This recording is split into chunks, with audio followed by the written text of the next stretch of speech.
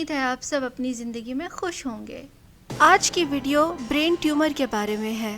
Viewers, یہ تو آپ سب جانتے ہی ہیں کہ برین ہیومن باڈی کا ایک سینسٹیو آرگن ہے جو بہت ہی وائٹل رول پلے کرتا ہے۔ دماغ کے پرانے سیلز اپنی ایک اسپیسیفک ایج پوری کرنے کے بعد خود بخود ختم ہو جاتے ہیں اور ان کی جگہ نئے سیلز لے لیتے ہیں، اور اس طرح برین سیلز کی تعداد میں ایک بیلنس رہتا ہے۔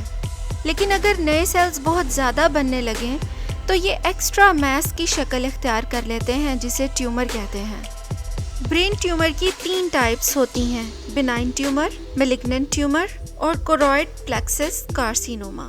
بینائن ٹیومر اپنی پرائمری لوکیشن پر ہی رہتا ہے اور وہاں سے پھیلتا نہیں، اور برین ٹیشوز کی ہی انکنٹرولڈ گروتھ سے بنتا ہے اور کمپیریٹیولی کم ہارمفل ہوتا ہے۔ اگر ایک دفعہ سرجری سے ریموو کر دیا جائے تو دوبارہ نہیں ہوتا، جبکہ میلیگننٹ ٹیومر دوسرے ٹیشوز اور آرگنز میں بھی پھیل سکتا ہے۔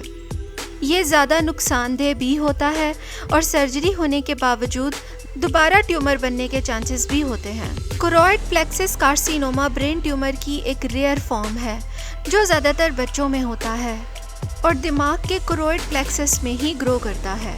برین ٹیومر کی علامات آپ کی ڈیلی لائف کو بہت زیادہ اثر انداز کر سکتی ہیں، جبکہ کچھ برین ٹیومر کوئی بھی سمٹم ظاہر نہیں کرتے۔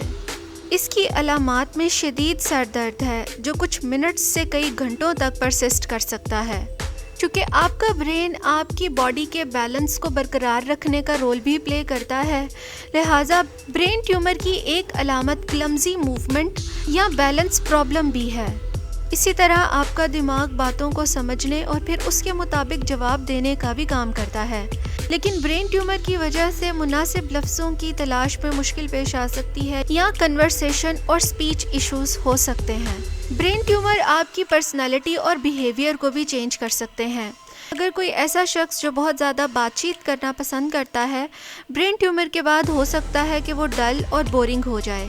اسی طرح اگر کوئی شخص پہلے اتنا ٹاکیٹیو نہیں تھا تو ہو سکتا ہے کہ برین ٹیومر کے بعد وہ بہت زیادہ باتیں کرنے لگے۔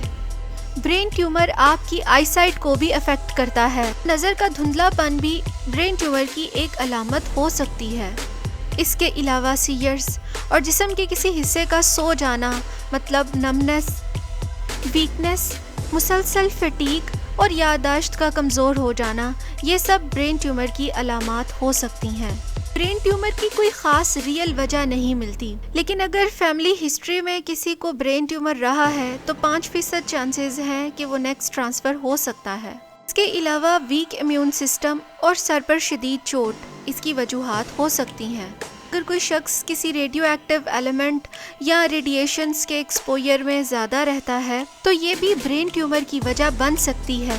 برین ٹیومر کی ڈائگنوسس کے لیے ڈیفرنٹ ٹیسٹ کیے جاتے ہیں، جن میں کہ blood test, C T scan, PET scan, MRI، open biopsy اور ڈائگنوسٹک اینجیوگرام شامل ہیں۔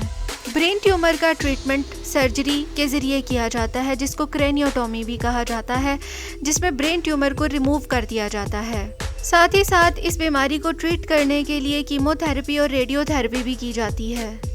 تو ویورز، جیسا کہ آپ سب جانتے ہیں کہ برین ٹیومر کی کوئی خاص وجہ معلوم نہیں ہو سکی، تو یہ بتانا بھی مشکل ہے کہ اس سے بچا کیسے جائے، لیکن پھر بھی کچھ ایسی ہیلدی ایکٹیویٹیز ہیں جن کو اپنا کر ہم اس سے بچ سکتے ہیں، جیسے اپنی امیونٹی کو بہتر سے بہترین بنائیں، جس کے لیے اگر آپ اسموکنگ کرتے ہیں تو اسموکنگ کو چھوڑ دیں، بیلنس ڈائٹ لیں، آرگینک فوڈ کا استعمال زیادہ کریں جس پہ کہ پیسٹی سائڈز اور انسیکٹی سائڈز کا استعمال بہت کم ہوا ہو، ڈیلی ایکسرسائز کریں۔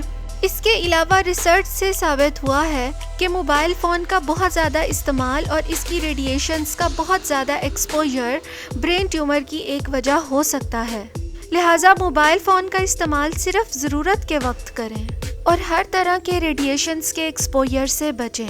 میں امید کرتی ہوں کہ اس ویڈیو سے آپ کو بہت ساری معلومات حاصل ہوئی ہوں گی۔ اپنا اور اپنے پیاروں کا بہت خیال رکھیں۔